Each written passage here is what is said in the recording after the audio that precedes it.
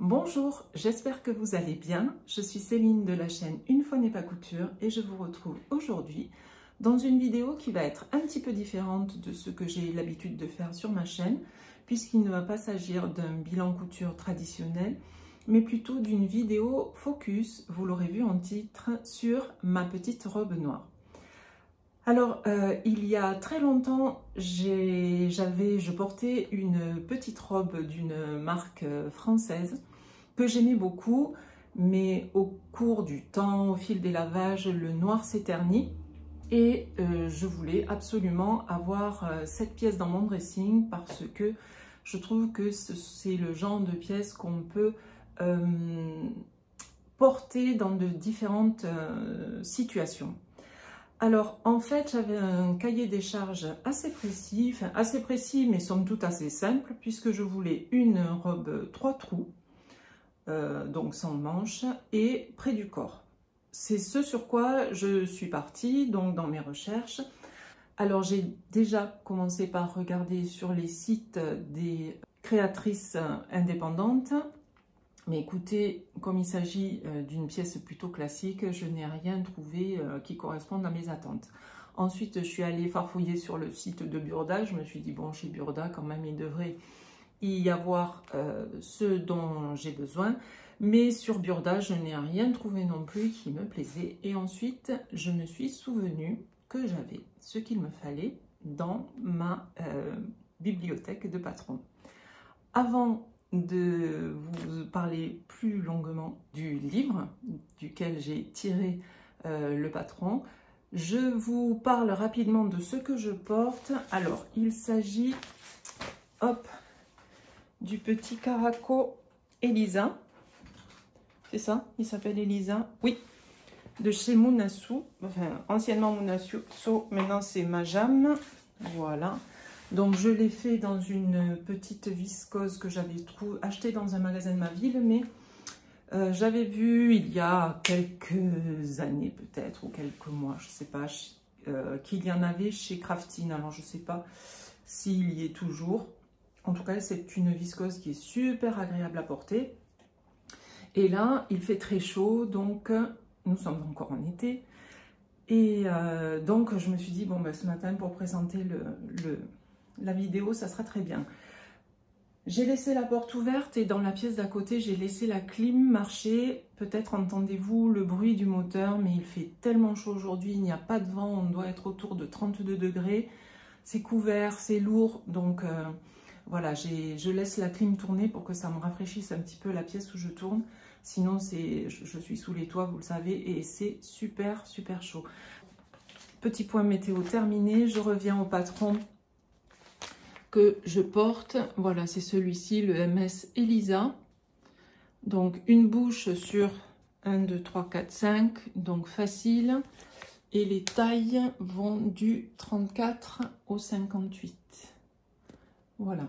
Alors, c'est un patron que j'ai essayé de refaire déjà parce que celui-là, je le trouvais très bien, mais j'avais déjà eu un souci au niveau de la largeur lorsque je l'avais cousu. J'ai réitéré en changeant les tailles, j'avais pris une taille au-dessus, mais ça n'allait pas non plus. Donc c'est un patron que j'aime beaucoup, mais que je n'arrive plus à ajuster sur moi. Donc ben, pour l'instant, je l'ai laissé un petit peu en stand-by. Pourtant, il est vraiment bien.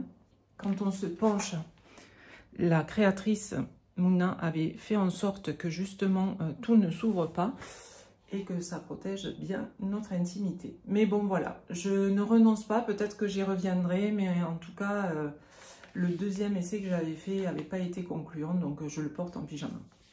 Bref, je me suis un petit peu éloignée du sujet qui nous occupe aujourd'hui, donc je vais vous parler du livre, duquel j'ai tiré le patron qui m'a servi de base pour faire ma petite robe noire. Il s'agit du livre 1001 robes de Michel Thénault. Donc Michel Thénault, peut-être la connaissez-vous parce qu'elle a participé, d'après ce que j'ai lu dans le livre, à l'émission Cousu Main sur M6. Et elle est également l'autrice de plusieurs livres de couture.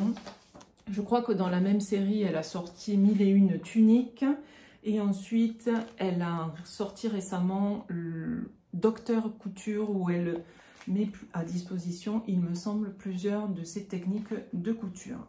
Donc c'est un livre qui a été publié en 2019 aux éditions La Plage et il est au prix de 24,95 €. Alors, c'est un livre qu'on ne retrouve plus sur la FNAC, il est épuisé. En revanche, j'ai vu qu'il était encore disponible sur le site de la librairie Erol au prix de 29,95 €. Mais bon, peut-être que vous pourrez le trouver également sur des sites de vente d'occasion à un prix un peu plus intéressant. En avant-propos, l'autrice nous explique la visée de cet ouvrage que je vais vous lire. Alors, elle nous dit, est-ce que j'avais mis une épingle? Non, il est là. Alors, elle nous dit, avec 2 patrons pour 2 robes de base, avec ou sans manches, et ce n'est pas le même patron, vous allez réaliser la robe qui vous ira parfaitement en l'adaptant à votre morphologie au niveau de la stature, du buste et de la taille. Ensuite, vous pourrez transformer le patron, modifier l'encolure et les manches, ajouter des poches. À vous de jouer. Donc, afin que vous fassiez une idée un petit peu plus précise du contenu de ce livre, sans toutefois vous en dévoiler la teneur, je vais vous présenter brièvement le sommaire. Donc, voici le sommaire. Si vous voulez, il se divise en 7 grandes parties. La partie 1 est celle qui s'intitule « Définition et astuces ».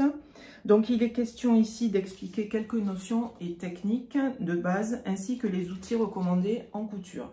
Elle nous parle également du montage des fermetures, de la pose du biais, des plis à la fourchette. Ensuite, on arrive directement à la partie, une des 2 parties qui ont été les plus intéressantes pour moi, le patron et la toile. Là, on rentre vraiment dans le vif du sujet avec la présentation de 2 modèles de base dont les patrons papier sont fournis. Vous avez ces 2 modèles à disposition. Donc, vous avez la robe de base cintrée à manches 3/4, ici. Et vous avez la robe de base cintrée, est-ce que ça tourne? Oui. Et vous avez la robe de base cintrée sans manches, dont l'emmanchure a été retravaillée pour un joli rendu aux épaules. Donc, ces patrons sont proposés de la taille 34 à 46. Voici le tableau des tailles. Je ne sais pas si vous voyez. Oui, c'est bon. Pour un bonnet B à petit C et pour une stature moyenne d'environ 1,68 m. Évidemment, les marges de couture ne sont pas comprises parce qu'il s'agit du patron de base sur lequel on va donc travailler et auquel on va apporter toutes les modifications. Donc, Michel Thénault recommande d'ajouter les marges de couture avec lesquelles on se sent le plus à l'aise, ce qui me paraît très bien. Et c'est ce qui s'est avéré très utile pour moi dans les ajustements que j'ai réalisés sur le patron de base. Une fois qu'on a abordé la 2e partie, le patron et la toile, on va aborder la 3e partie qui est la couture de la robe. Évidemment, c'est une partie qui, avec la précédente, est incontournable parce qu'ici, on va avoir les instructions de montage. Donc, on va pouvoir coudre la robe de base à manches, ici. Ensuite, on va pouvoir coudre, grâce aux instructions, la robe de base sans manches, que j'essaie de vous retrouver. Alors, où est-elle? Voilà, ici. Et ensuite, vous avez la robe doublée à manches et la robe doublée sans manches. Là, vous avez vraiment les instructions qui sont bien détaillées. Chaque étape, pour vous donner un exemple, est expliquée avec des schémas et du texte. Voilà, de cette façon, c'est très lisible, c'est juste ce qu'il faut. Évidemment, hein, on n'arrive pas au niveau de précision dans les instructions des patrons indépendants, mais enfin, bon, quand on a un petit peu d'expérience en couture, avec le schéma et avec le petit texte, on arrive à comprendre ce qu'il convient de faire. Ensuite, eh ben, écoutez, on continue avec les parties 4 à 7. Donc, dans ces parties-là, on va aborder les variations. Ici, les variations au niveau des robes, hein, du modèle des robes. Ensuite, on va aborder différentes encolures, différentes manches et différentes poches. Alors, je vous avoue que moi, ces parties-là, elles ne m'intéressaient pas. Hein. Vu mon projet, je m'en suis tenue au patron de base. On a également, je vous montre, même si ce n'est pas très vendeur pour le livre, on a quelques photos des modèles présentés. Donc, ici, on a la robe polo. Et chaque fois, ce qui est intéressant, c'est que l'on a d'indiquer, donc le modèle de base, c'est la robe sans manches. Ensuite, on a variation la patte polo. Et ensuite, on a la provenance du tissu, qui est donc ici une gabardine de coton bleu canard filetique. Vous risquez d'entendre l'essorage de ma machine à laver. Également, c'est dimanche matin. Aujourd'hui, nous sommes le 1, 2, 3 mars. Et voilà, je profite du dimanche matin pour faire mes lessives et pour filmer. Ensuite, vous avez la robe Charleston. Voilà, une petite robe avec des plis en bas. Voilà, à la fourchette, très certainement. Ensuite, une robe boule. Voilà. Qu'est-ce qu'on a? Une petite robe noire. Alors, une des multiples variations. Une que je trouve très jolie. La petite robe fleurie. La robe qu'elle appelle Marguerite, évidemment par rapport au tissu. La robe trapèze. Et on a la robe à manches boule. Voilà. Une autre petite robe noire avec une encolure un petit peu différente. Et la robe en jean. Voilà. Bon, vous voyez, les modèles, c'est pas fifou. Hein. Je pense que, bon, c'est pas très vendeur, comme je le disais. Quand on voit ça, ça donne pas forcément envie d'acheter le livre. Mais je vous assure que ce livre, il est super bien fait. Hein, quand on veut en apprendre davantage sur les ajustements. Hein, et il convenait vraiment parfaitement à mon projet. Je vais maintenant vous présenter ma version. Donc, je vous l'ai dit, mon cahier des charges était très précis. Je suis partie donc du patron de base sans manches. Vous voyez que l'on a 2 pinces poitrine, 2 pinces taille devant et 2 pinces taille dos. Évidemment, ça c'est pour que le modèle soit bien ajusté. Voilà comment se présente le patron. Je me suis dit que ça serait plus simple pour moi de manipuler cette feuille plutôt que de vous montrer le patron. Donc, si on regarde la pièce devant, on retrouve la pince poitrine, la pince de taille, et ici, on a la ligne de taille d'indiquer, ainsi que la ligne de hanche. Et ce qui est super, c'est que nous avons 3 lignes d'ajustement. La ligne allonger, raccourcir, buste, allonger, raccourcir, petite hanche, et allonger, raccourcir au niveau de la jupe.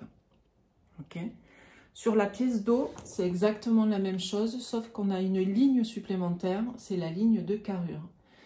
Et je dois avouer que ces 3 lignes, elles devraient apparaître sur tous les patrons indépendants. Parce que lorsque l'on fait des ajustements, ce sont des lignes qui sont fort utiles. Voilà, en tout cas, moi je m'y suis fiée et ça a été très efficace. Évidemment, vous allez me dire, on voit bien que l'endroit où c'est le plus étroit, c'est la taille. Ok, la ligne de carrure, on peut à peu près la déterminer au milieu de l'emmanchure, on est d'accord. Mais bon, quelquefois, voilà, selon la forme du modèle, ça n'est pas toujours évident. Hein, quand ça n'est pas un modèle près du corps, les lignes ne sont pas toujours très faciles à retrouver. Au niveau du choix des tailles. J'ai décalqué un 40 pour le tour de poitrine et le tour de taille. Alors le 40, pour vous donner une idée, pour le tour de poitrine, ça va de 92 à 95. Pour le tour de taille, entre 74 et 77. Et au niveau des hanches, je suis partie sur un 42 qui correspond à entre 102 et 105 de tour de hanche. Il est également précisé la hauteur du buste, ce qui, au moment des ajustements, évidemment, est très utile. Donc pour le 40, c'est 36 cm et pour le 42, 36 cm et demi. À partir de ça, j'ai réalisé mes premiers ajustements. On n'est pas encore sur le tissu, là je suis encore sur le patron. Donc voici les ajustements que j'ai faits, les premiers. Donc ce sont des ajustements que je fais régulièrement. Les voici. Alors, le premier ajustement, c'est que je suis partie de la ligne de buste et j'ai allongé le buste de 2 cm. J'ai également allongé la jupe de 3,5 cm parce que je vous le rappelle, même si je vous le dis à chaque nouvelle vidéo, si jamais il y a des nouvelles, bienvenue d'abord. Et ensuite, je mesure 1,75 m. Donc évidemment, comme ce sont des patrons pour 1,68 m, je suis obligée de faire des ajustements de stature. Et ensuite, ce que j'ai fait et que je fais très régulièrement aussi sur mes patrons, c'est que j'ai creusé l'emmanchure ici de 1 cm, emmanchure devant et bien entendu emmanchure dos. Et voilà, je suis partie sur cette base-là pour la réalisation de ma première toile que je vais vous montrer. Alors, je pense que je vais changer de pièce pour être un petit peu plus à l'aise. J'ai gardé toutes les toiles que j'ai faites pour pouvoir vous les montrer. Et au fur et à mesure, je vais vous indiquer bon, ben voilà, ce que je constate sur la toile et quels sont les ajustements que je vais faire sur la toile suivante. Parce que il y a eu 2 toiles, vraiment toiles, ensuite une toile portable, et enfin la version définitive. Donc pour cette robe, j'ai cousu 4 fois le modèle pour arriver à quelque chose d'assez satisfaisant, mais je ne vous en dis pas plus pour l'instant. Voilà, allez, on se retrouve dans l'autre pièce, je me change et on poursuit. À tout de suite. Ça y est, je viens d'enfiler la toile numéro 1, je vous la montre et ensuite on décrypte. Voici le devant, le dos,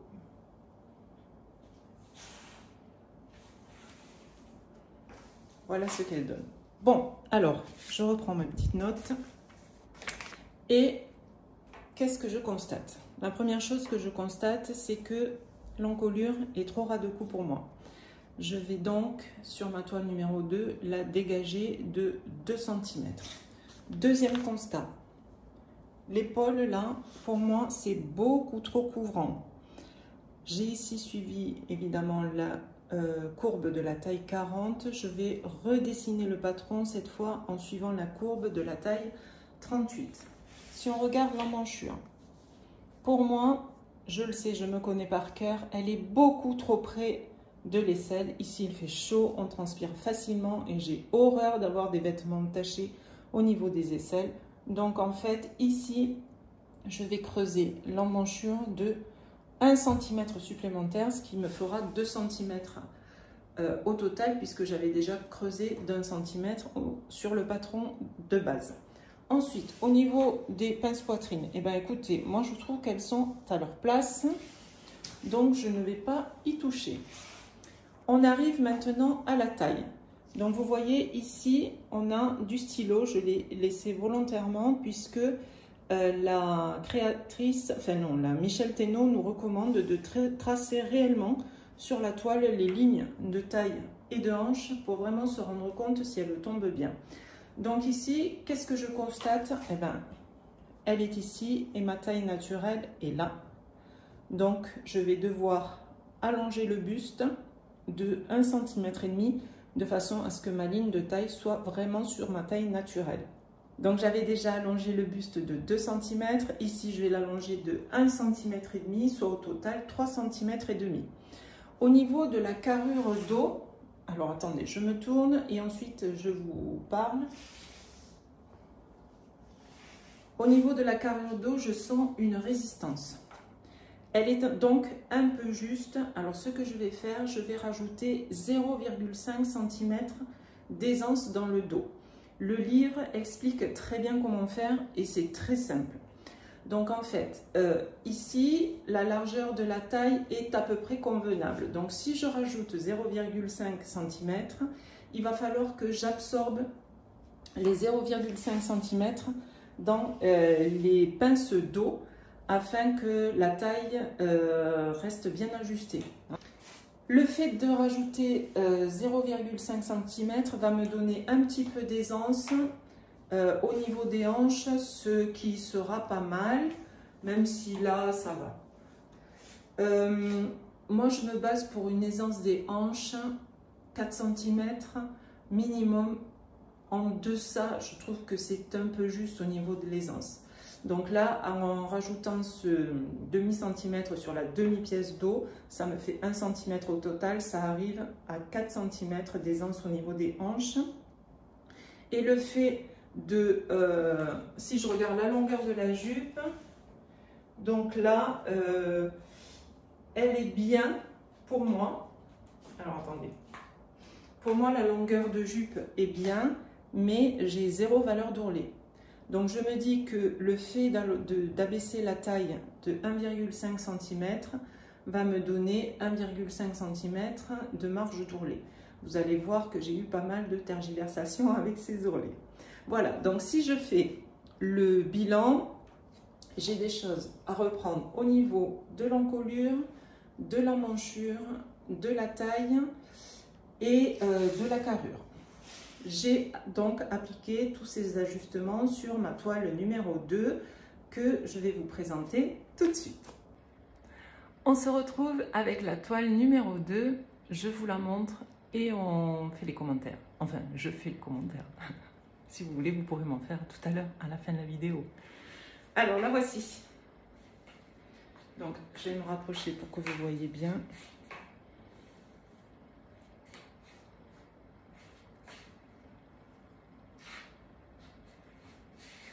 Et je recule pour que vous voyez l'ensemble de la robe.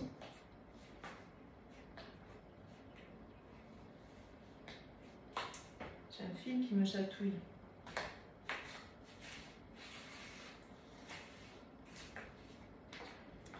Alors, vous voyez ici que j'ai cousu les parmentures pour bien me rendre compte du décolleté.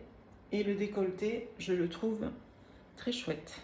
J'aime bien à cette longueur-là, cette échancrure-là, pardon. Ça me plaît beaucoup. Ensuite, les emmanchures, eh bien, écoutez, ça va. Elles sont un petit peu plus dégagées que précédemment. Donc là, ça devrait être bon. La taille, est-ce qu'on voit le trait? Oui, le trait vert est là. Ma taille naturelle est là. Donc, on est bon. En revanche, si je regarde la forme de la robe, parce que j'ai eu envie d'essayer une forme un petit peu trapèze, parce que comme j'ai les hanches marquées, j'ai eu un petit peu peur que ça n'accentue trop mes hanches. Donc je me suis dit, bah tiens, on va camoufler ça avec une forme trapèze. Et en fait, ça n'était pas du tout une bonne idée. Déjà parce que c'est pas ce que je voulais. Et deuxièmement, parce que là, ça fait vraiment trop cloche. Je vous montre.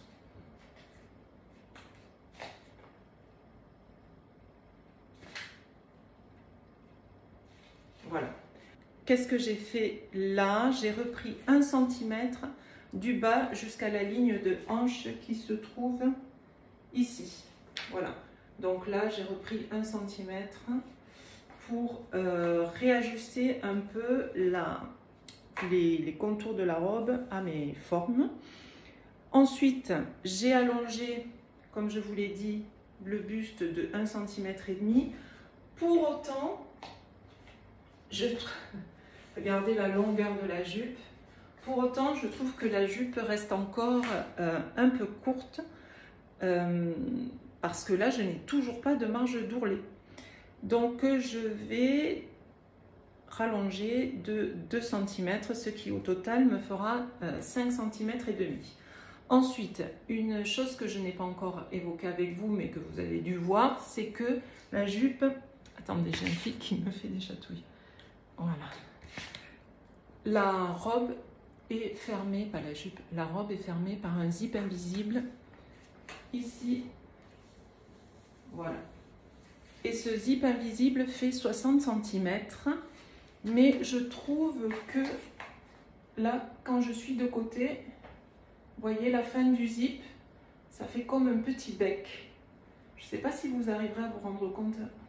Là, moi je le vois. Donc ce que je vais faire sur ma toile numéro 3, c'est que je vais réduire le zip de 4 cm et ça devrait être bon. Arrivé à ce stade du projet, nous étions à la mi-décembre et j'avais une soirée de fin d'année avec mes collègues dont le thème était black and white. Donc je me suis mise en quête d'un tissu noir et blanc pour être raccord avec le thème et sur lequel je pourrais tester les ajustements dont je viens de vous parler. Donc j'ai trouvé une cotonnade dans un magasin de ma ville en promotion. Et j'ai donc appliqué toutes les modifications sur cette troisième toile, mais qui cette fois est portable. Pareil, je me change et je vous montre. Alors voici ma toile portable. Donc vous voyez, c'est un petit coton fond noir avec des petits pois irréguliers blancs. Je vous la montre d'un petit peu plus loin pour que vous voyez ce qu'elle donne en général.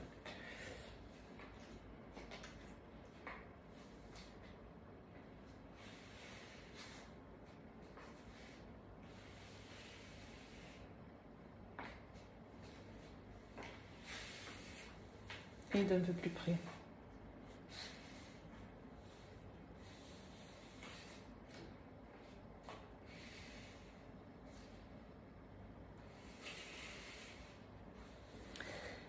Alors, je l'ai porté, j'ai dansé avec et j'ai fait les constats suivants.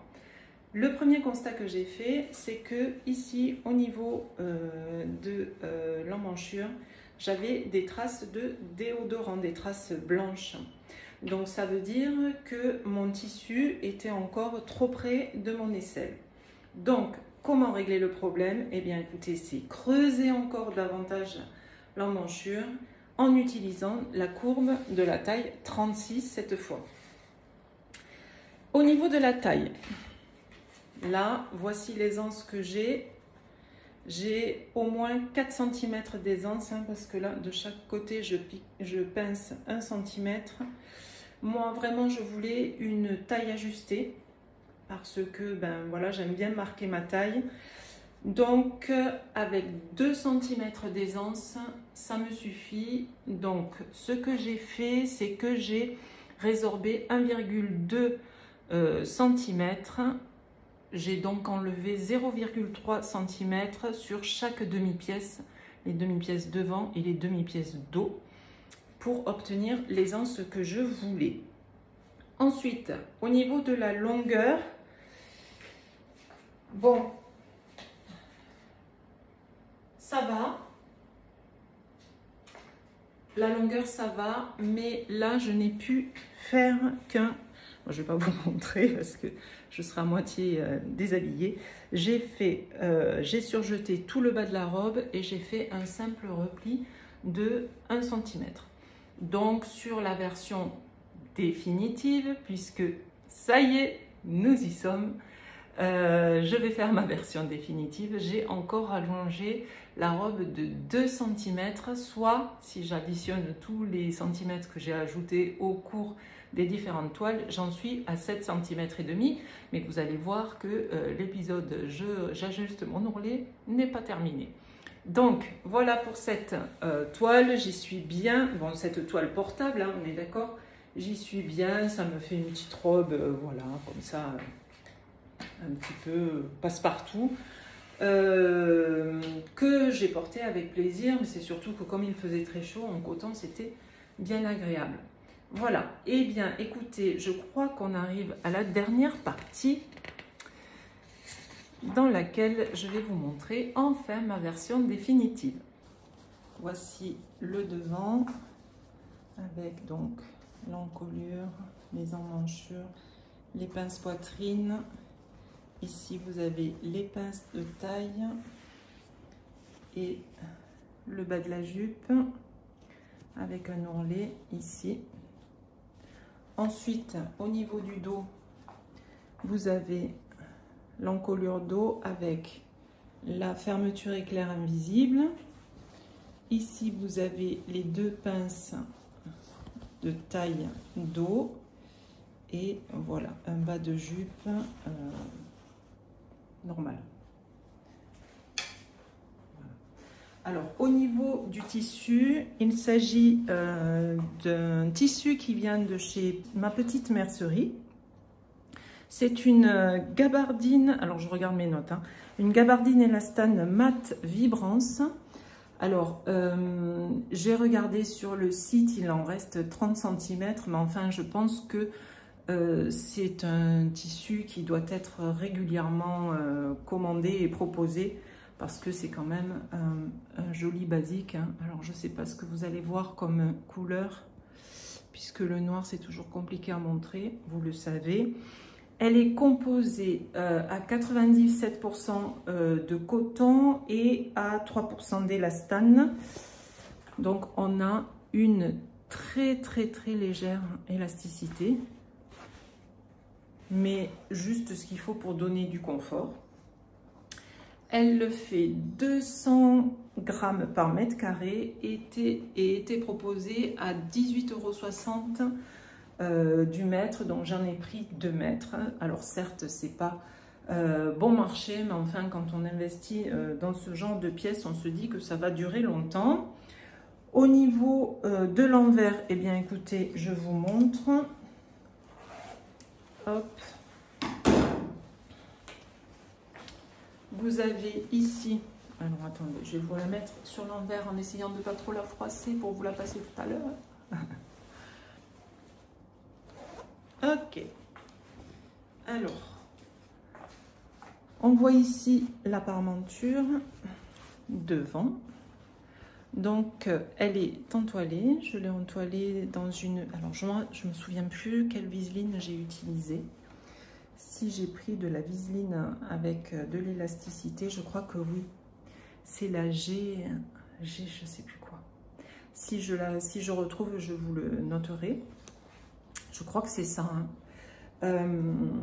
Donc, oui, la parmenture, je vous disais, je l'ai entoilée. Et ce que j'ai fait comme la finition que propose Johanna de Atelier Scamit, c'est que j'ai fait une ligne de couture à 0,5 cm du bord. Ensuite, j'ai fait un repli. Vous voyez, là, un repli que je suis venue surpiquer. Au moins, on a une finition de parmenture qui est très belle. Ensuite, ici, vous avez donc la parmenture dos qui commence et qui remonte jusqu'à la fermeture éclair invisible. Donc, je suis découragée.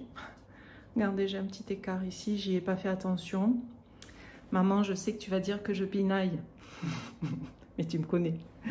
Donc, oui, vous aussi, vous allez me dire que je pinaille, mais vous me connaissez aussi maintenant. Donc, regardez, voilà. Là, j'ai un petit décalage, je n'ai pas fait attention. Bon, c'est pas grave. Hein, on va dire que ça n'est pas grave.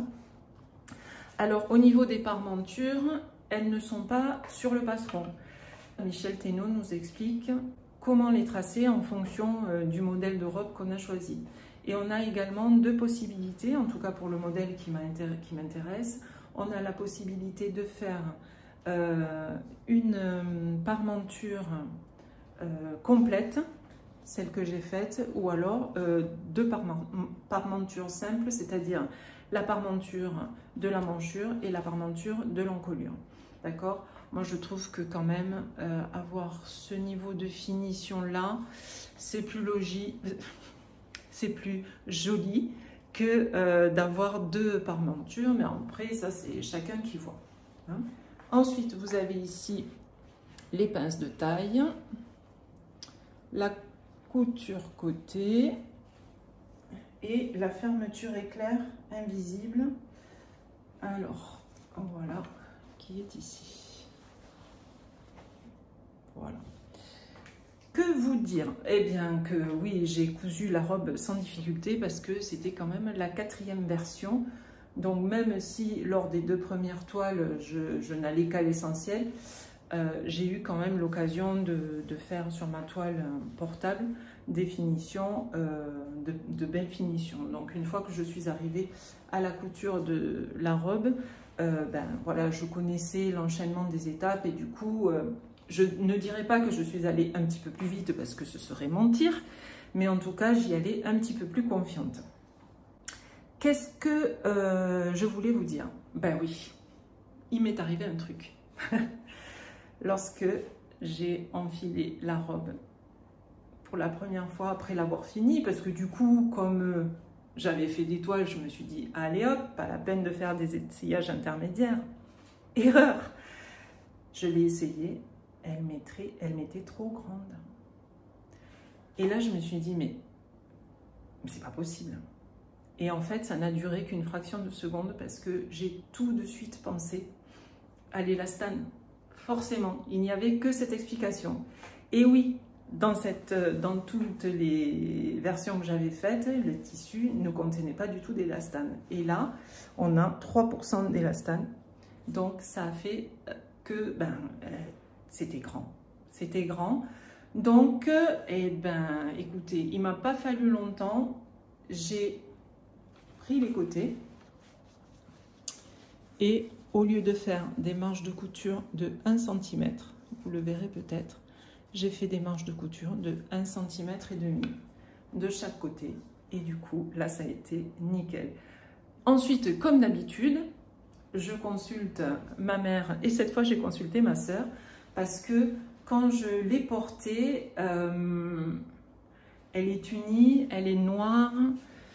Ah, je trouvais que la longueur, ça faisait un petit peu mémère. Donc en fait, ce que j'ai fait, je me suis filmée, j'ai montré à ma mère et ma sœur qui m'ont dit Céline, elle est trop longue en effet.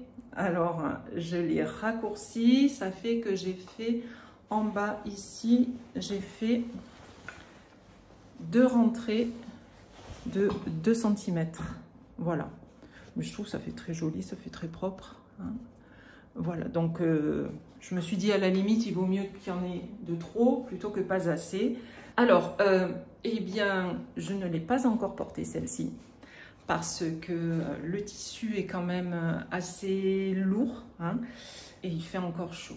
Mais dès que la saison fraîche pointera le bout de son nez, là c'est sûr, je vais la porter. Et bon, j'ose espérer que tous les ajustements que j'ai faits se conviendront. Alors, ce que je vais faire, c'est que je vais la passer et je vais la mettre en scène, si je puis dire, de 3 façons différentes, en l'accessoirisant différemment.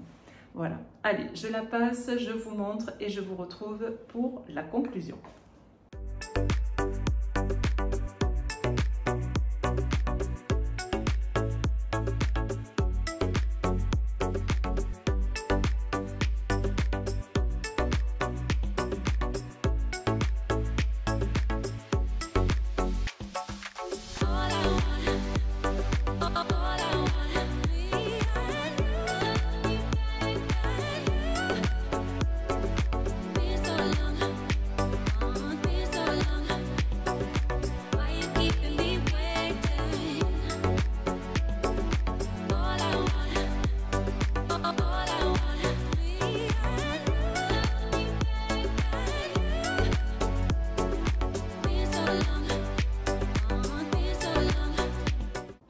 Alors, quel look vous avez préféré? Le look boulot compatible, le look habillé ou le look décontracté? Moi, j'ai du mal à me décider. J'attends votre retour pour savoir. Écoutez, on en a fini avec cette vidéo focus numéro 1 sur ma petite robe noire. J'espère que ce nouveau format vous a plu. En tout cas, moi, c'est un exercice que j'ai adoré faire. Alors certes, ça m'a pris du temps Effectivement, quand on fait 4 réalisations, 3 toiles, et la réalisation finale, ben, c'est des projets en moins qu'on peut coudre. Mais enfin, quand on a un vêtement qui nous semble à peu près ajusté à notre morphologie, on se dit que le jeu en valait la chandelle. Voilà, j'en ai fini pour aujourd'hui. J'espère que ça vous aura donc intéressé. N'hésitez pas à liker et à vous abonner si ça a été le cas. Et j'espère vous retrouver bientôt dans un format plus traditionnel, un bilan couture, puisque j'ai des petites choses à vous présenter, mais je dois encore terminer 2 pièces. Et ben écoutez, d'ici là, je vous fais de gros bisous. Prenez bien soin de vous et de votre machine à coudre. On se retrouve le plus vite possible. Bisous.